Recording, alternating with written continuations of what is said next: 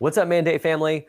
I'm your host, Adam Hoffman, for another great episode of The Mandate. Here tonight, I'm joined by my special guest, Matthew Helt. He is my coach and runs Prairie Sattva, which is the name of his coaching practice. We've been working together for a couple months, but tonight we're going to talk about Matt's journey with mental health through skydiving and panic attacks to general anxiety and obsessive compulsive disorder, and really how he has been able to manage that and the role that's played in his life. We're going to talk about Buddhism. We'll talk about mindfulness and meditation, as well as the stigma around mental health and a whole host of tips and advice and stories to help you think about, explore, and be curious about your mental health and well-being. Let's get to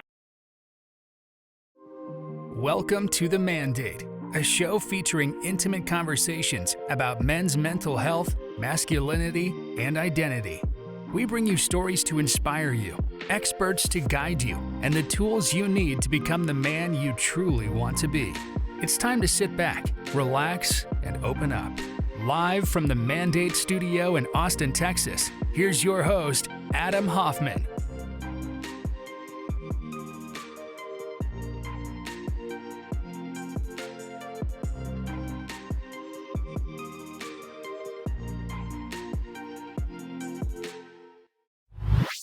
So with that, let me bring Matt up here right now. How's it going, man? Good to see you.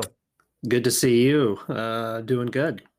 Yeah, good. How are you really doing? What's going on? I can say that if I do like a quick check-in with myself, it's one thing I haven't felt in a long time, and that's hope. Today was and not hope in like, oh, everything's terrible, but in the sense of like what's happening to our country and being able to watch a peaceful transfer of power happen today. And all the stuff, the pomp and circumstance that goes along with it, was really powerful to watch today, and just left me feeling really, really good. I can say in the last 2 weeks, I've had a lot of anxiety. Definitely felt that anxiety in my chest. That's usually where it manifests. And sometimes I'll be like, oh, do I have something wrong with my heart? And I'm like, oh, actually it's anxiety. It's those pains of anxiety that show up. So there's still a little bit there, especially like, 2 Wednesdays ago, it was madness. Just to see how everything has changed just in 14 days. It's left me feeling pretty good. Yeah, I would agree with that sentiment. I think that today, I was actually pretty filled today with what I was working on, and like got to go heads down on a lot of stuff, which was nice. And so then my proxy for how today was going was if I ended up with any alerts on my phone of shenanigans of any form or fashion. And I think the most exciting thing that I got was that there was a push notification that Biden and Harris had been sworn in. And then there was another one from Twitter that said, there is a new White House account in the United States. I'm like, oh, well, that's interesting.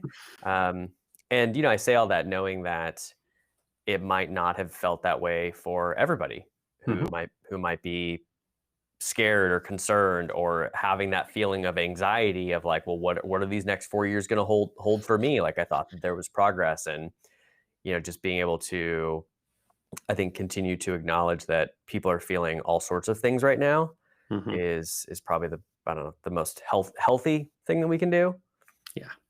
Yeah. There's, half the voters, I won't say half the country because obviously not everyone votes, but half the voters out there don't feel the way we do.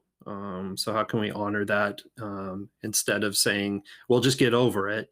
The way they feel is real, and we need to respect that. Maybe not in the way that, we didn't get that respect 4 years ago, but we can be the adults in the room and try to show that respect back to them. Yeah, oh, absolutely. And I once again, I didn't get to see it, but just remembering what Biden talked about, I think on election night or election week, whatever it ended up being there, just about unity and being able to come together and trying to find that common ground. I think that that's kind of the mindset that I'm trying to take into this year and beyond. And there have been, I don't go and seek these conversations out on a regular basis, but with people who don't have the same political views that I do or philosophical views that I do, to be able to stay curious and to understand where they're coming from. And time again, what I find is that we're usually all coming from the same place. We just have different ideas of what the actual end solution looks like to get us there. Mhm. Yep. Yep, for sure.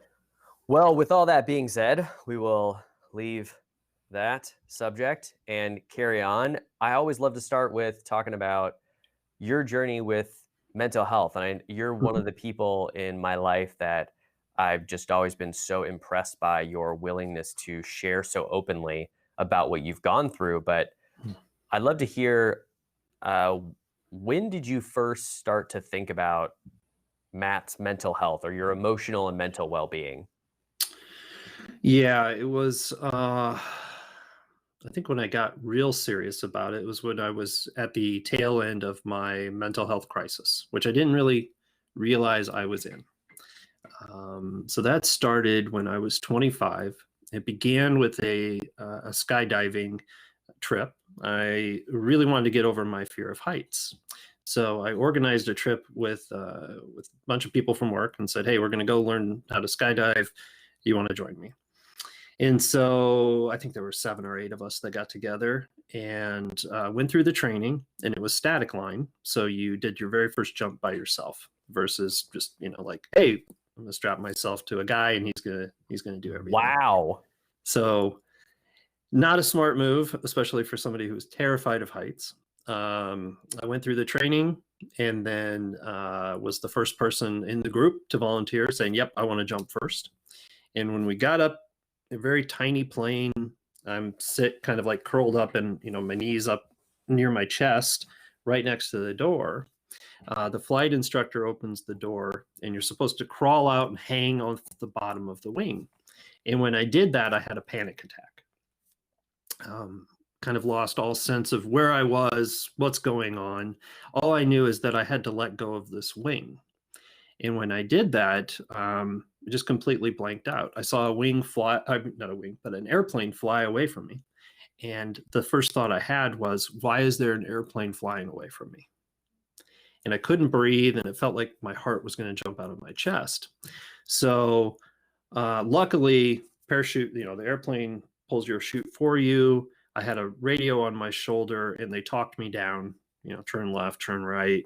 And as I was coming into land, again, I was pretty much blanked out. I forgot how to land properly. So the guy on the radio is screaming at me to flare.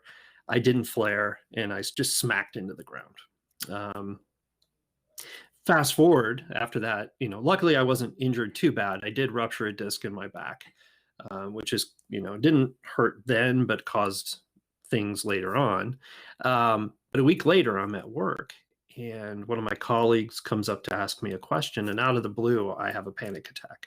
It felt exactly how I felt, when I was skydiving. At the Had time, did you know that it was a panic attack? Nope. Mm-mm.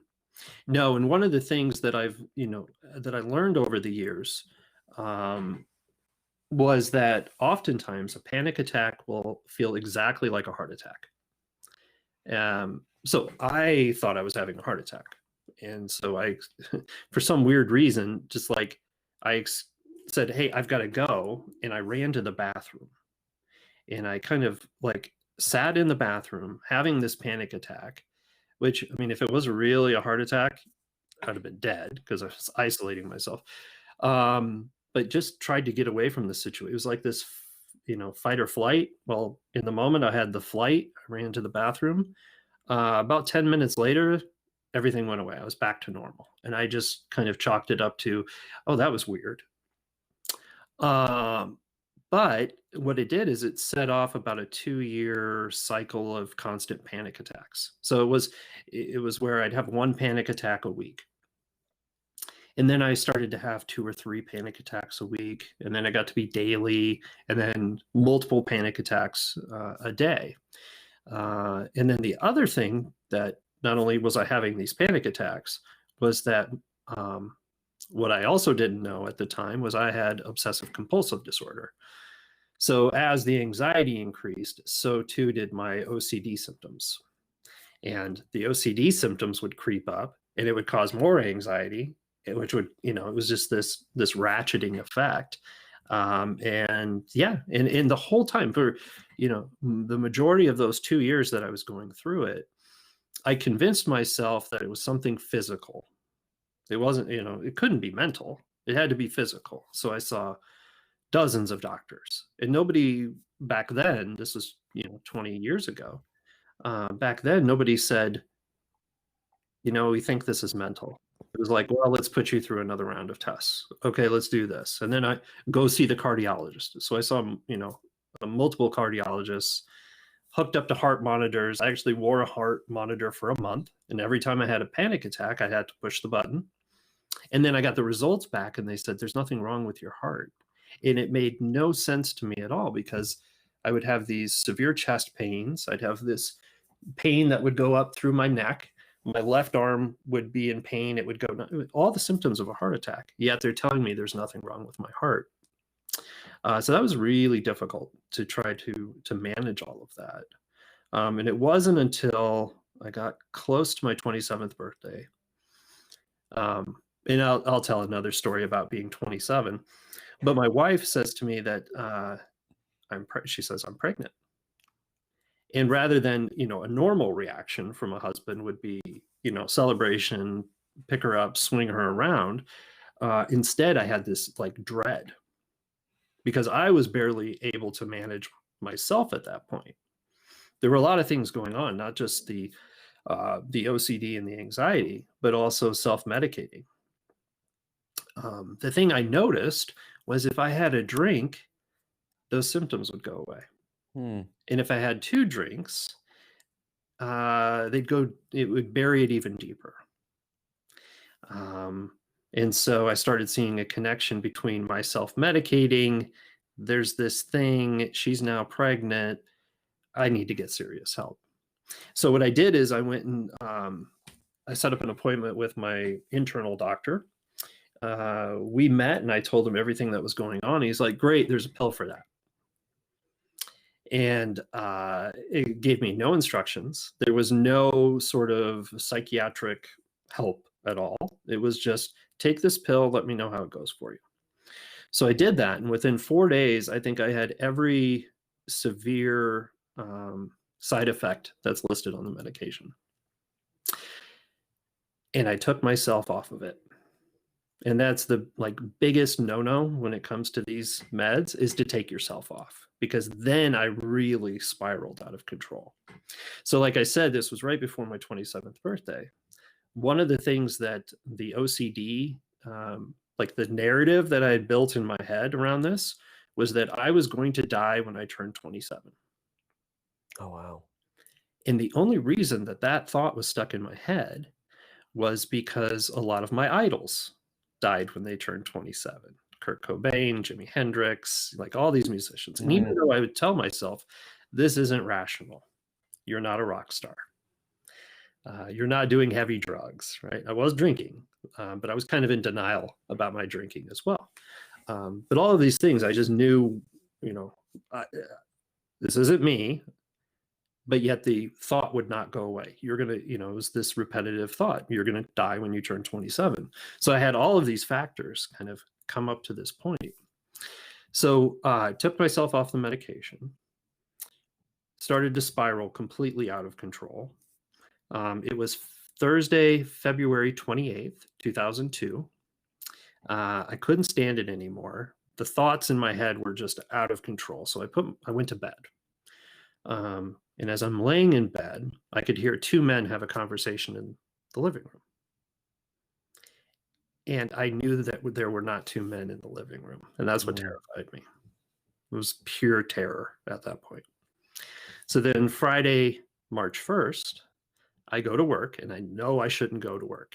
But I'm just trying. I'm like, I want some normalcy in my life. So I'm going to go to work. And when I get there, I couldn't control it anymore. That's when I wouldn't say I snapped, but I had that feeling of there is no more controlling this. I had people wanting to ask me questions about work, and I just stood up. I turned around and looked at my boss, and I said to her, if I don't leave right now, I'm going to hurt someone. And I'm one of the least violent people you'll ever meet.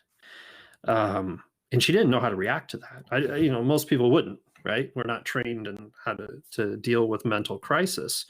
And she just said, okay. And I drove myself to the mental hospital here in Omaha.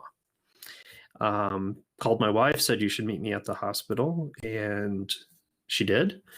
They did the intake and they asked me, if we send you home right now, do you feel safe? And I said, nope, no, this is where I need to be. They then walked us up to the mental ward, and going through those doors, I thought I may never leave the hospital again in my life.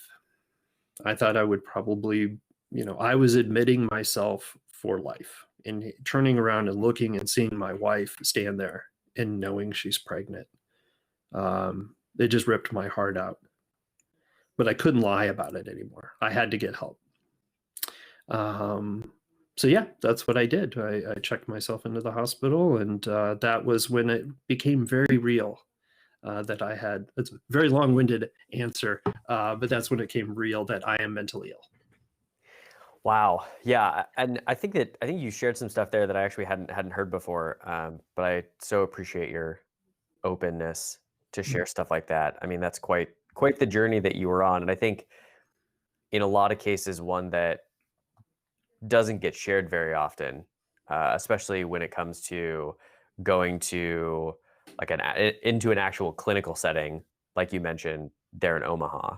Mhm. But I think it also says something about just how, I don't know, present you still were able to be, even with this all going on, at least enough to say, I need to get to this place and to be able to get yourself there.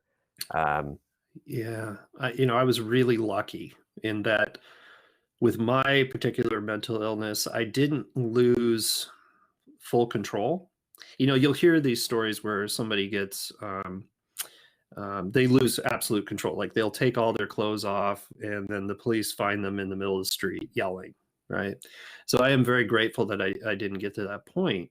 But it showed me how fragile the mind is, and that if you don't take care of your mental health, you can end up like that. Um, and also, the thing that really stressed me out, I was talking about the violence. Well, my particular flavor of OCD that I suffer from is violent ideation. Um, and it's just out of nowhere. Like if I, it'll kick in, and it'll just be like, pick up that knife and stab yourself. If I was in a meeting, it would be pick up the trash can and start smashing people. And then so I would have this internal struggle where I'd go, nope, nope, nope. Right. So I was always fighting it. I was fighting that voice. And then I started to think that only monsters would have those types of thoughts. mm, I must inherently be a bad person. And there is no way I could admit to anybody that these are the types of thoughts I have in my head. They're going to put me in a straitjacket. And that was that moment, like getting myself to the hospital. It was a moment of surrender, mm, and just like full on surrender. I need somebody else to take it from here. And so when I met with the doctors, I remember it was the doctor who was on for the day, and then there were like I think three doctors who were in residence. And so to have these four people essentially interviewing me, and like, okay, I'm going to tell you everything. I need help that bad that I'm not going to hold back. I'm going to tell you every single thing that I've experienced over the last 2 years, in the hopes that you could help me. And if you can't, I know I'm staying here forever. And so I told them everything. Like right now, my brain is saying, pick up that trash can and hit you, or pick up the chair and throw it at you. And I expected them to kind of like lean back and like, oh shit, this guy's nuts. And instead they leaned forward and they said, we can help you. You're not going to be here forever. And that changed, like that. I hadn't felt hope in years. And when the Wow. doctor said, "We are gonna be able to help you," it was like in the act of surrender, I had hope.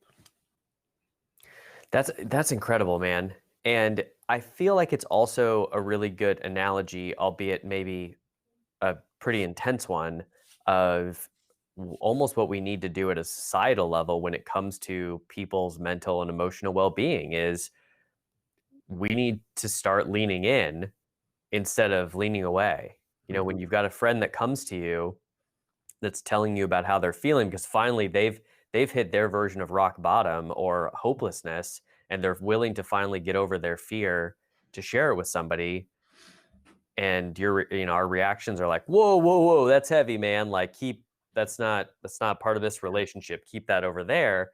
It's the opposite of what you experience, which is exactly what gave you hope. What do you think that we can do for people in our lives who might come forward and share hard stuff like that? Like how can we proverbially like lean in? Yeah, and it is really, really difficult. We're not trained to have those conversations. We're barely, it's like we're barely trained to have good communication to begin with. So when it comes to super heavy things like that, I encourage anyone who's interested to go through mental health first aid training. Is There's a this a real couple of thing? It is. Yep.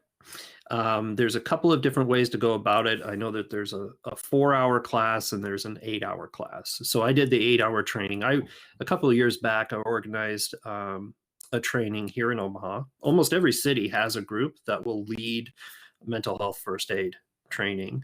And you get a little certification after going through that process.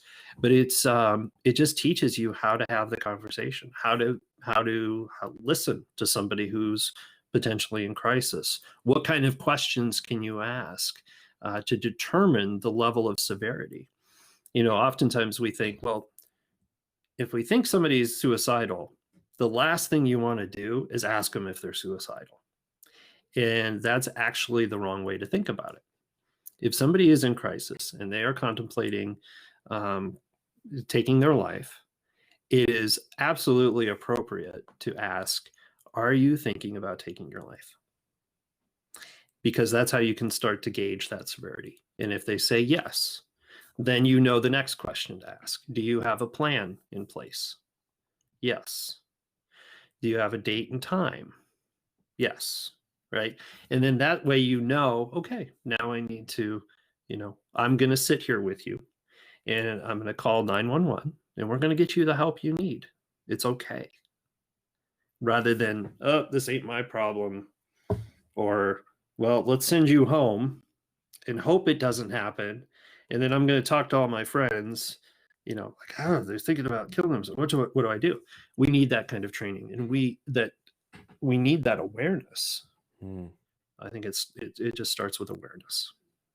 Well, then I feel like it gets a little bit more exacerbated as men because I would say on the whole, we're more likely to, when a vulnerable or a tough thing is coming up that we get uncomfortable talking about or dealing with, it's like, oh, how about those Chiefs? They really pulled it off there at the Mhm. end, even with Mahomes out. And, Yeah. your friend sitting over in the corner about like, I'm about to lose it because my marriage feels like it's about to fall apart, or I don't know what to do about being a dad, out of blue. Yeah. Um, and how do we stay in those moments? I mean, I think crisis is one thing, certainly. Like, I didn't even know that mental health first aid training is a thing. Like, I Mhm. put that at the top of my list now. But what are some other things that you think that we can do when it's maybe not at that level, just to be more open to hear what our friends might need to be bringing up or talking about? Yeah, I think it could start with a real simple um, question of, how can I support you? If you're unwilling or if you're uncomfortable to support someone, I think that's a normal reaction for men in particular. Um, Throughout most of our lives, we've been taught we can only have two emotions, either happy or anger, happiness or anger, right? So to actually understand that there's this full color wheel of emotions to choose from, um, We just don't have a vocabulary around it. It's really hard for men. So I think it's like, how do we as society start to train men to feel emotion, to understand what they're feeling, and that it's okay to express it, and that it's okay to support each other around emotional topics instead of just being, yeah, let's just talk about football, or suck it up, man, don't be a wimp. Those types of things are not helpful. That's why we've ended up in this situation that we're in. So I think it takes a lot of men being vulnerable, who are willing to share their stories, to be vulnerable, to talk about their emotions publicly. That it's going to have to start there. But yeah, if you come across somebody and you think um, that they're struggling, just ask them how they're doing. It also brings to mind, like, when we say to each other, "How you doing?" "Great." "How are you?" "Great." I think we need to kind of dig a little bit deeper. How are you really doing? I'm noticing something. I notice you've been a little more quiet than normal. It's okay to talk to me. And I would say, through the vast majority of my experiences, people are craving an outlet, someone to talk to. That's what I found time and time again, is that if you ask that, you're not trying to push somebody, you're just trying to create that space to let them know that, hey, if you didn't notice the space was here in the first place, it's definitely here now, by me coming back and say, how are you really doing? Or I noticed you've been, a little bit distant, or, it seems like you're a little tense. What's going on? How are you? Is the floodgates just open if it's the Yeah. right time and place, and there's like just enough trust in that relationship for it to come out. It also makes me think about how it has to be there for both people. And to your point Mhm. earlier, maybe you don't want to create that space for people, and I think that that's okay. Like, not everybody has to do it. If that's not your thing, if you're not able to support it, especially, then by all means, don't make that space. But I think being able to, as guys, have more comfort to share what we see in each other, whether it's, I don't, it seems like you've been running late to the games, or I haven't heard from you as much recently, or, just noticing people's behaviors and using that as a way to say, without judgment, Mhm. how are you? So powerful. Yeah. Yeah, and if you don't feel equipped, just offering to, like, I know you're struggling. Is there a way, somebody we can get you to talk to? Like, I can help. I'll reach out to my network or my friends to see who you might be able to talk to. Just be there for them, so that someday you're not caught off guard when they are in full blown crisis. That's one of the things that I talk a lot about, is getting help as soon as you notice something's off. Getting help early will, first of all, you'll be able to heal faster, and you won't spend months or possibly years suffering. Um, but we're really good at just shoving things down and ignoring what's going on. Especially, like, for some reason, I find that men have a real hard. They find it really difficult to connect with their body. Hmm. When, in my experience, it was, my body was giving off all of these red flags. The First of all, panic attack. That's my body just going, I can't take this. And so that's what it was doing. But the chest pains, the sickness in my stomach, the anxiety and OCD isn't something that crept up on me when I was 25. It just didn't magically happen after that parachuting, or the skydiving experience. But it's something I dealt with since I was a child. I just didn't have a vocabulary. I didn't know how to express myself with what was going on. Anxiety was a huge part, especially um, in my adolescent. Like, it really crept in 12, 13, 14 years old. I Yeah. was scared to death of things. Um, but I just did I didn't know how to name it. I didn't know what to say about it. I didn't want to be uh, I felt picked on enough.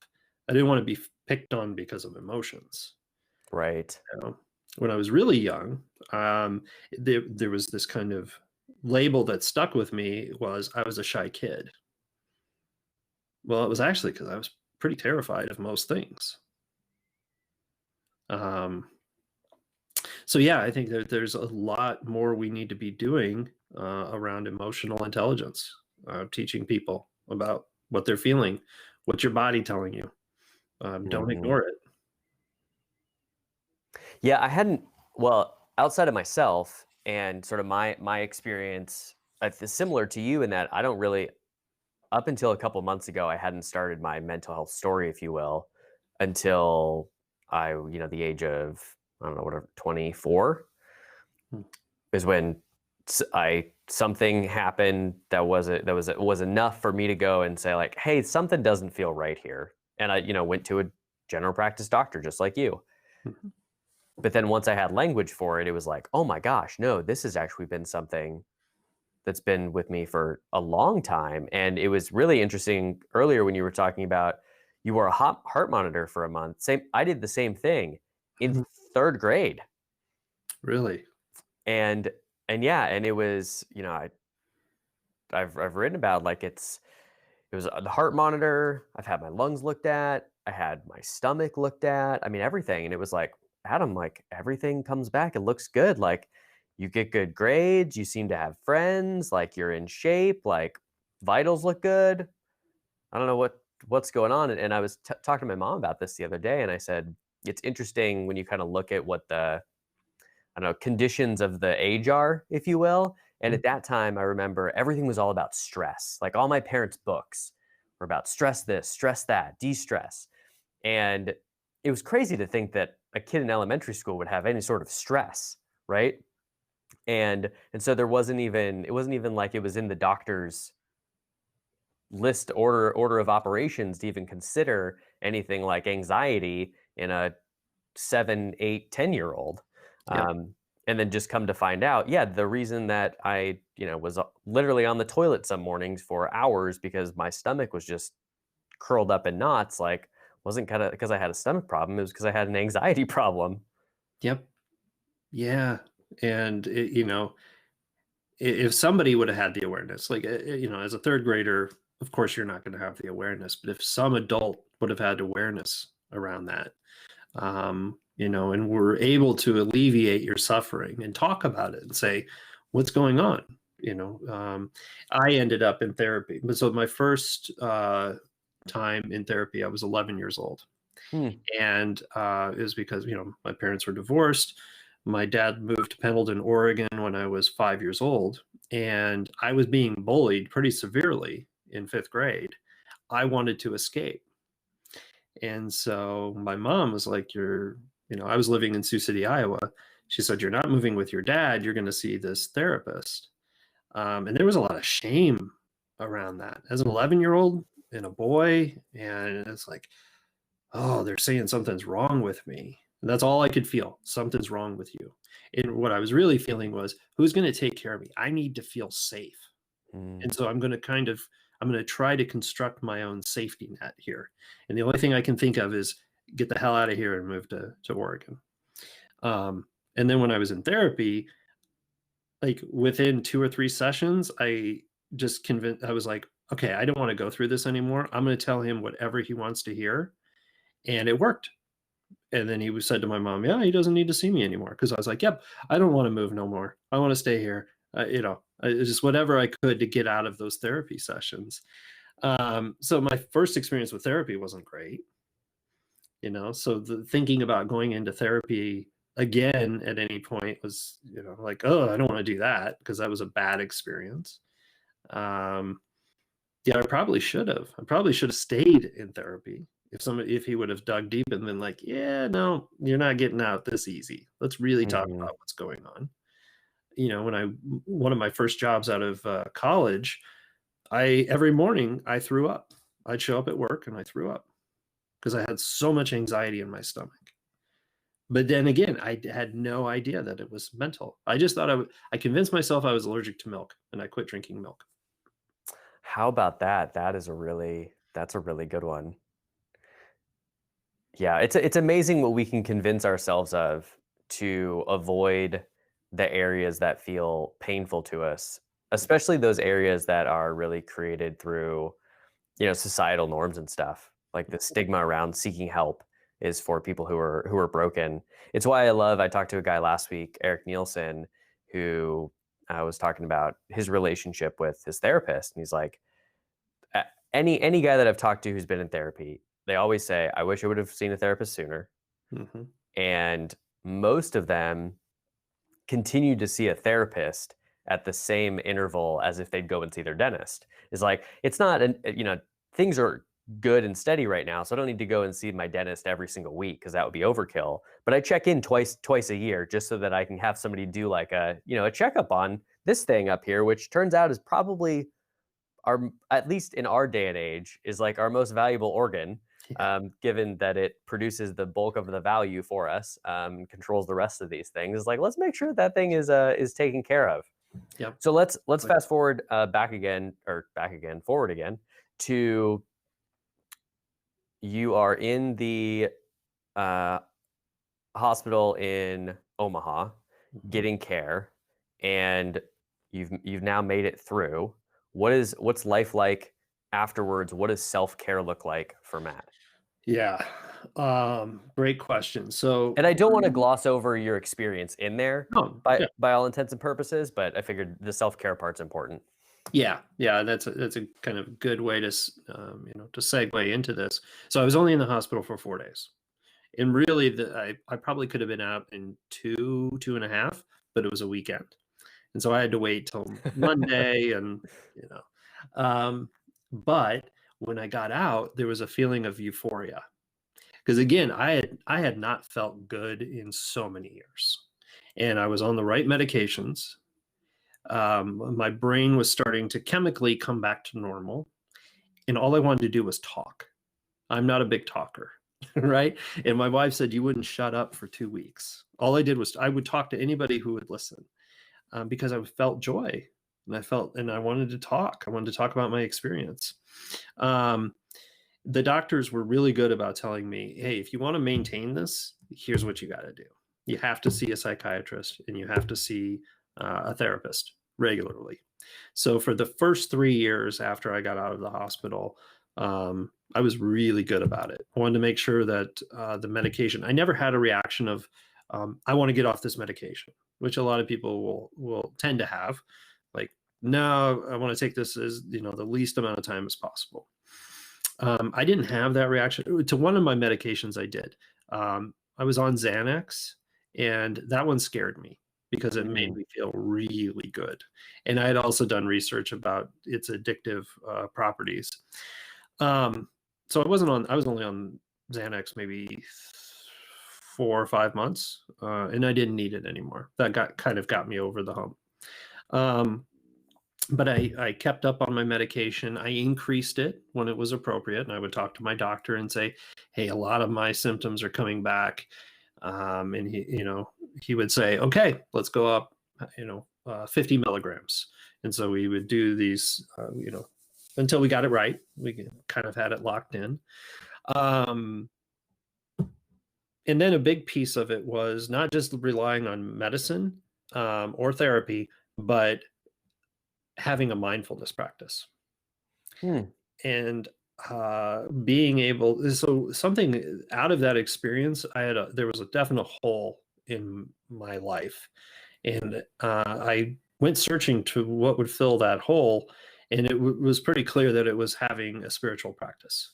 I was missing that component, and so I did research into different religions and spiritual practices, and the one that stood out to me most was Buddhism, because it was less of a dogma religion. It was more, there's meditation, and here are the benefits of meditation. So I got pretty deep into a meditation practice, and what it allowed me to do was just sit with my thoughts. It taught me how to be an observer of my thoughts and not a participant. It allowed me to see that when a thought arises, to that I don't have to like dig into it and be a part of it, and I could actually question it. Okay, why is that there? What's coming up for me right now? How am I feeling? Biggest key learning was prior to this, I had let my ego drive much of my behavior because I thought my ego was who I was. But through meditative practice, when ego would arise, I could name it and go, "Oh, there you are, ego. Okay, I see you." And I didn't have to, play its game. And that was a really, really key insight for me. So, same thing with my OCD. When I have those intrusive thoughts, these violent thoughts, I could look at it and go, "Oh, there you are." Where it used to terrify me, now when they pop up, I can laugh at them because I'm not going to act on them. If they get really loud, then I know that something's off, that I'm probably not getting enough rest, or, oh yeah, last Saturday I had too much to drink. Right. So it's like a signal. Things are getting a little out of whack. Focus on your health, get the rest you need, eat right. And so I don't have that kind of terrified response anymore. So yeah, and we have all of these different voices that come up in our head. I'll tell my story, and people will come up to me afterwards and like, I never told anybody this before, but I have, it feels like I have sexual intrusive thoughts. And I'm like, oh yeah, yeah. That's one of those, like part of OCD. Some people it shows up as sexual for them. For me, it's violence. For other people, it's different things, right? And they're like, just the relief you can see on their face, like, I'm not a weirdo. I'm not a crazed person. There's somebody like me in the world. And what I want to say is there's an entire community like you, this neurodiverse community. There's no reason that we need to hide in the shadows and, be quiet about these things. We should talk about it. I love the word neurodiverse so much. I know some people have kind of been meh with it because it's just another spectrum to pay attention to. But I love it because it's so descriptive of all the different ways that things go on up in here. But also, as you pointed out, that you're 99.9%. It's not just you, and probably 100% of the time, you're not the only person that this is happening to. It's happened to some other human at some point in time, and they're probably out there looking for you at this same point. One thing I want to come back to is around mindfulness and meditation. And I feel like that can be overwhelming for some people or too woo-woo for other people. What really helped you get started with it? So it's something that my teacher, he was the abbot at the Zen center that I was going to. And he just said, you have to stick with it. It's a practice. You'll never be perfect at meditation. There's this idea. So what trips people up a lot of times is they'll sit in meditation and think that they suck at it because their brain didn't go blank. Right. And I'll say to them, like, I'm 20 years into my meditation practice, and I am like, I'll have moments of where it's pretty quiet, but then, oh, here comes the thought. Oh, I didn't do that. I didn't schedule this. And it's just the relationship I have with those thoughts now that has changed. It doesn't mean you're going to be blissed out and not think about anything anymore. We're just going to let the thought come up. Sometimes it's described as watch the thought, imagine that it's a leaf on a stream, and let the thought float by. And then it pops up again, and you just have to repeat that exercise. So for me, I didn't start to really see benefits from meditation for probably 3 years. Right. And so when I say that to people, they're like, oh, I can't, I'm like, well, just give up 20 minutes a day for 3 years. And I guarantee you'll get amazing results. But it's hard. We are a culture that wants immediate results. We do. And I'll throw this out there at the other end of the spectrum for everybody who watches this, is that I feel like I was able to get I was able to notice a difference in my life in my sleep based on if I do a meditation or mindfulness or just sitting quietly and breathing for for some period of time, whatever you want to call it. And who knows? I mean, it that's what I tell myself is that like, oh, I've noticed because I track this on the days that I meditate in the mornings that I tend to sleep better at night. And sure, there's other things at play there. But I for whatever reason, these last 2 weeks, meditation has been really challenging for me. And like I go in waves. I'm curious, like, does it kind of ebb and flow for you too? Where some days and weeks are harder than others, or just thoughtier than others? Yeah. Yep. And so I know we've talked about this before, but the concept of there is no good and there is no bad meditation. It just is. Right. So I'm very conscious of not labeling the meditation that I just did. I can sit there and I can be quiet, and my mind is, in Buddhism, they talk a lot about monkey mind. It's just the chatter. And I'll just notice it. Oh, okay. Really active brain today. And I don't beat myself up over it. And I just go, oh, I've got my 20 minutes in, move on with my day. And then there's other days where it's just like in the zone, really feeling centered, feeling peace. And in just the same way, I don't get up off the mat and pat myself on the back either. Right? I don't go, oh shit, I nailed that meditation today. Not gonna lie, I've done that. I've done that a couple times. I'm like, ooh, that was a good one. Maybe I should have stayed in a little bit longer. That was so damn good. That's okay. But I think getting beyond the labeling it good or bad and just being accepting of what it is and present. And that's the thing. The real key thing about a mindfulness practice is not the time that you spent on the cushion. It's when you take that out into the world with you. So when there's chaos all around you, how do you come back to center? And how do you stay calm? And when you notice things that you're feeling panicky and you're feeling stressed, just being able to take 8 to 10 deep breaths, coming back to center. A really simple exercise is just breathing. Oftentimes when we're stressed, we stop breathing, we take really shallow breaths, our heart rate increases, so we're not getting as much oxygen, and we wonder, why am I feeling this? Oh, I'm feeling stressed, I need to get out of here. Well, if you can have that awareness, build in some awareness around that and go, I need to breathe right now. You know how many times that has saved me in a meeting where I'll feel tense and I'm getting sweaty and, oh man, this is like, and then I'll just go, Matt, you got to breathe.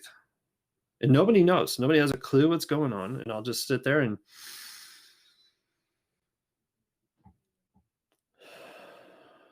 just a deep, soulful, belly extending breath. And my God, and just doing that just now, oh, I can feel it in my body. Like, oh, I want more of that. I can tell you had like a different demeanor and energy come about you. I love that you're sharing that too, that you would do it in meetings. That was one of my favorite things, especially if it was, I generally like speaking, but I still get the nervousness, although I've relabeled it excitement beforehand, but sometimes it's too excitement. Yeah. And same thing, like I'd be in a meeting, staff meeting, just quickly mute my mic. I can look normal, do my deep breaths. Nobody's going to pay attention because there's 60 other faces up there. And then like, boom, I'm in the zone, ready to go do my thing, and nobody's the wiser. And I got my breaths in. Yeah, exactly. One of my biggest fears in life is public speaking. And, a couple of years ago, if you would have told me, Matt, you're going to be up in front of audiences of 300, 400, 500 people telling your story, I would have been like, you are full of shit. But because of the mindfulness and because of, like you just mentioned, changing the idea of I'm afraid to no, I'm excited, like activating that, it's the same nerves. Fear and excitement operates off those same nerves, but you shift that energy, it is so incredibly powerful. So you learn these things through mindfulness. And I'd encourage anybody who's interested, really give it a try and don't give up.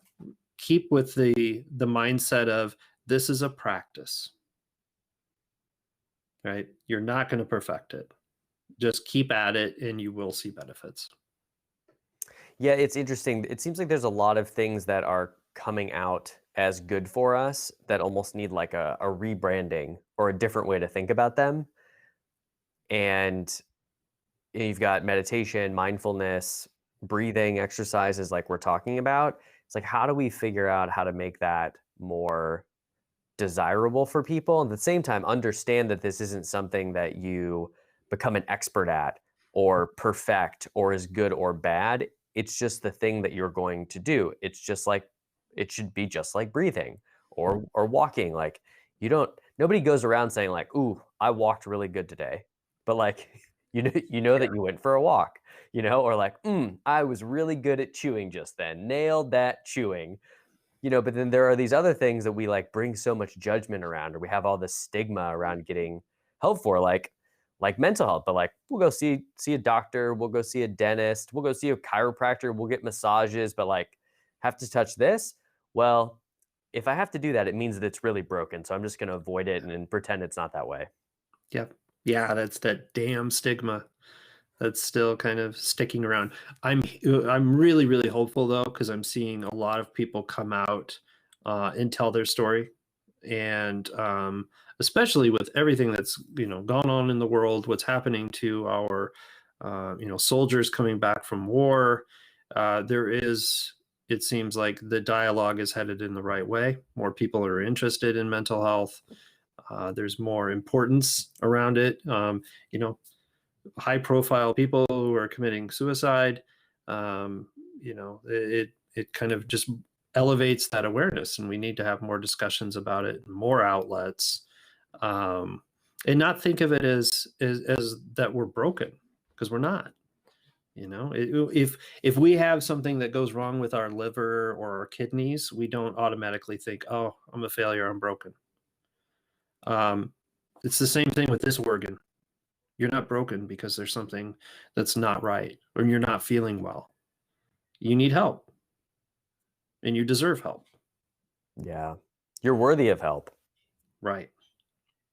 Yeah, it Exactly. makes me where my head just went was the progression that our knowledge of medicine and how our bodies work and all that has really evolved over time, and how there certainly was a period of time when if there was something the matter with you physically, that it was like, oh, there's a demon in you, right? Like we literally thought that for a period of time, right? And so it was like, oh Yeah. my God, there's something the matter with me. I have demons inside of me. And then the demons kind of went to our heads, and it's like, okay, well, we don't know what to describe it as, so it must be demons. Yeah. And it's like we've exercised those demons now, but we still haven't made supporting this something that is not only okay, but encouraged and Mhm. seen as a sign of strength. And I think that that's kind of what you're hinting at, and certainly something that I've been seeing more is people really wearing their mental health as a badge of honor and as something that is part of them. Maybe I won't go so far as to say that they're proud of it, although I think some people are. They're proud of being able to be open about it. But Mhm. that's the type of shift that, on this one-to-one basis really starts to open it up for everybody else. Mhm. Yeah, I'll be very honest. When I tell my story, I feel relief. You know, I feel a sense of I'm not shame. I don't feel shame about what I went through. I don't necessarily like being neurodiverse isn't part of my identity. It's just something I have. Um, and then the other thing about it is when I tell my story, uh, especially like if I'm giving a talk in front of an audience, without a doubt, there are people who are lined up to talk to me afterwards. And so it's like giving them a permission slip to get help. I have this thing where every time I give a talk and I start to feel the butterflies and I'm trying to shift the nervous energy into excitement, I'll just say, okay, who's my Leon today? Because very first talk I had a gentleman come up to me, and um, it was a really, really amazing interaction. Somebody who really struggled. but didn't have anybody to talk to, and had never heard their story, like what they were experiencing. They never heard another human being talk about that. So in that Mm, moment of connection, feeling like they weren't alone. And so that's what I hope to, helping others helps me. It's this back and forth. And um, yeah, when I first started talking, people would be like, "Wow, you're so brave." Well, not really, because I was outed from the beginning. Like, I had a mental health crisis in front of an office of people, right? So I never felt like I was truly hiding. There were a bunch of witnesses who saw it. And so when I came back to work, I couldn't hide.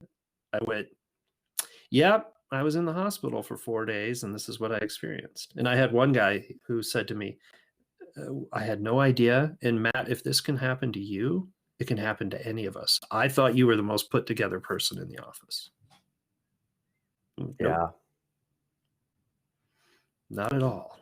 So, Yeah, I remember I hadn't ever talked about mental health at work until a couple of years ago, and I. It's funny. I can feel it in the moment, but there was some moment in a fairly large meeting that I just decided I was going to say something about it, and you know, just call out that I've dealt with depression and anxiety and was on medication for a period of time, and talked about some of the other mental health challenges in my family, and it was just like the energy in the room completely shifted.